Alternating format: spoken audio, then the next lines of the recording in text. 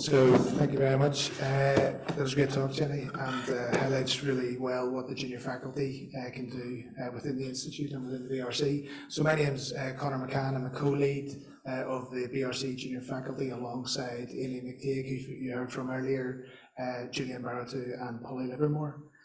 Just a bit of an introduction to the junior faculty. We are a committee that sits within the BRC structure with the aim of giving a voice to both junior and early career researchers in terms of the BRC governance structure and kind of the research development within that. We also, as Thomas mentioned this morning, offer a number of different initiatives and funding streams. So we offer the Catalyst Fellowship, which Jenny nicely introduced in her career development, alongside a conference and travel fund. And more recently, we've developed a teaching initiative called the Junior Faculty Bite Size series. I'm here today to award a recent initiative in terms of our Junior Faculty Early Career Researcher Excellence in Impact Award, which, as Matt mentioned this morning, is a bit of a mouthful. But really, this award seeks to celebrate the success of our junior faculty in terms of their creativity, innovation, and actually success within research and translational research. We were really pleased that we received, received 20 nominations for this award, and we wanted to recognise each of these nominees to show that they really deserve recognition in their respective research areas. The criteria for the award was excellence in research, translational impact, and really leadership in PPIE, and it was a really challenging decision in terms of who the winner was, given that most or all of these nominees displayed really key indicators across all three criteria, with different developments in terms of the leadership in developing gene therapies for rare diseases, all the way up to kind of impact in terms of our response to the COVID-19 pandemic. So really, this is just to highlight the kind of impact that our junior researchers are having across the board.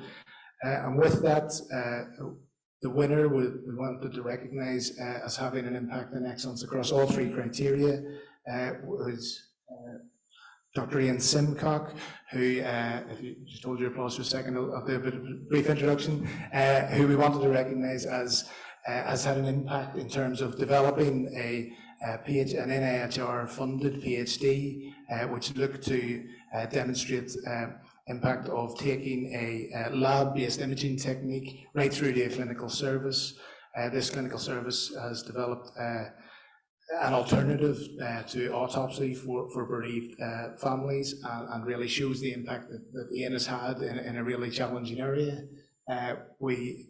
Thus far, Ian's work has impacted across 1,000 bereaved families.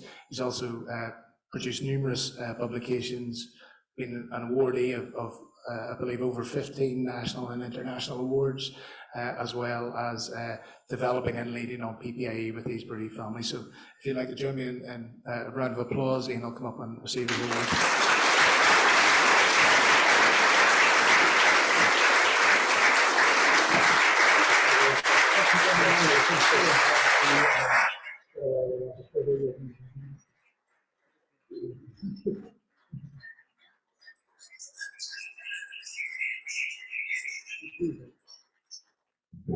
Ian's going to give a short talk on his work. That's it.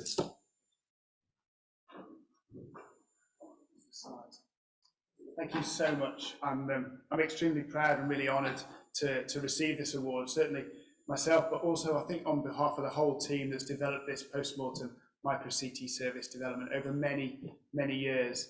And what's really proud for me is that I actually spoke at the 2019 showcase event that Matt Shaw spoke about earlier on today, and stated what I plan to do in my PhD and what work and impact I intended to have. And it's great now that we can see that come to fruition to a genuine clinical service. And I'm just going to give a little talk, hopefully if I can get it to work, on a little bit about my journey and what we targeted and what we've accomplished. So I've been qualified as a clinical radiographer for 27 years. I think it's really important that I work in that clinical area, but I've also always been interested in research, and right from being a student radiographer, I was trying to get involved in research all the time, and have continued that through my career. And I spent many years, for the first 22 years, really trying to develop my skills and work out how research is done well and how we can make sure that impact happens. And then there was a real step change actually in 2017 when I was approached and got a secondment to work in Professor Owen Arthur's post-mortem imaging team and to step up and lead research and be a very proud recipient of the first paediatric radiographer to gain an NIHR PhD fellowship. And that really was where the bulk of this work was completed.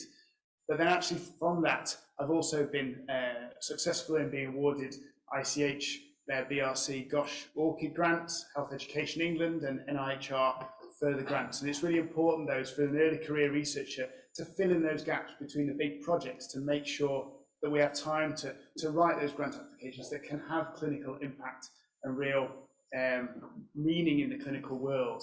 And that's allowed me to go on to my NIHR ACAFA grant award, which I have an interview a week on Tuesday, so fingers crossed we can carry on. But I'd just like to talk to you about what the problem that we faced and then how we managed to get clinical impact. And thankfully, many pregnancies end in a happy, healthy baby, but there are also, we know, a large number of miscarriages every year. And it's a really traumatic and really emotional event. And parents tell us that they want answers. They want to know why these things have happened. And we know conventional autopsy can provide those answers, but we also know that parents don't want an invasive autopsy technique with large cuts to the body. Instead, they want less invasive options. And we've been developing here at Great Ormond Street and other centres around the world for a couple of decades now, other imaging techniques, MRI, ultrasound, CT, and these work fantastically well in over 24-week gestational babies. So those babies that unfortunately died due to stillbirth. But for miscarriage, there was no option before our work apart from an invasive autopsy or no investigation of the baby at all.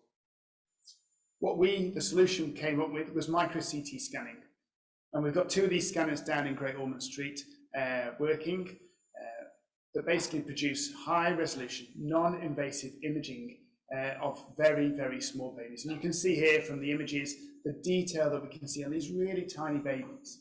We identified the need for this technique. We developed the tissue preparation. We developed the step-by-step guidance so other people can do this in their own hospital and their own centres. And we identified how accurate it was in this cohort of babies. This means that we are now the first and only at the moment clinical post-mortem micro-CT service in the world. But we're now starting to roll this out and work with other centres so that a greater number of parents can benefit from this greater choice.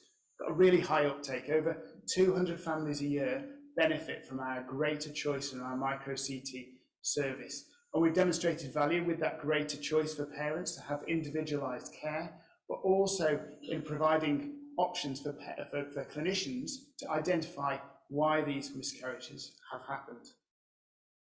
Impact doesn't just happen overnight, though, of course, we all know that, and it's through funding from the Great Ormond Street Hospital Charity and the NIHR and the BRC that means that this work can get done, and it's so vital that that happens.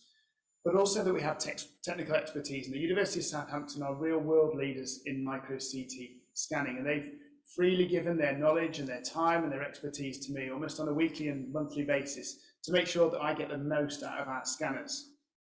There is a huge support network, and this talk could go on for hours with multiple pictures of many people on the slides. But it's really key to make sure that I recognise ORCID here at Great Ormond Street Hospital and ICH, but also the Society of Radiographers in developing me as a clinical academic. I know Jenny talked about the importance of early career research to development in your own career and your own knowledge and how to run trials and how to make impact.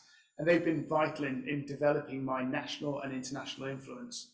But there are also two key people, Professor Neil Sabir and Professor Owen Arthurs, who's here today, who I have to thank for all of this work because they've been so supportive in developing my clinical academic career, how to run research trials, how to make impact, how to make sure that parents actually get services that they want through research. So as well as other people, those two have been particularly key for me. But it's also important that we get dissemination. We need to get that work out there. And we've been particularly successful in publishing in peer review, high impact journals and conferences and getting that work out to fellow professionals. But making sure that parents and key stakeholders see our research and know how to access it and know what it is we're doing is really key. And the parents who have direct experience of miscarriage were so key in developing this work. But alongside them, the Miscarriage Association, who know how to talk to parents, know what language to use, know what questions parents want answered, and give us access to those parents in a trusted way, has enabled us to have dissemination of animations that parents can access when they want, that answers the questions they want to, and in a language that they can understand. So it's really important for sure. So I'm really proud to get this award and to have played a role in developing this world-leading clinical service and the first in the world. It gives greater parental choice. It's a non-invasive, high-resolution technique that can provide answers to parents at this really emotional and traumatic time, and then to inform future pregnancy decisions. So I'd like to say thank you to all the people involved and who have helped make this really happen. And of course to my family who supported me through all of this work. So thank you so much.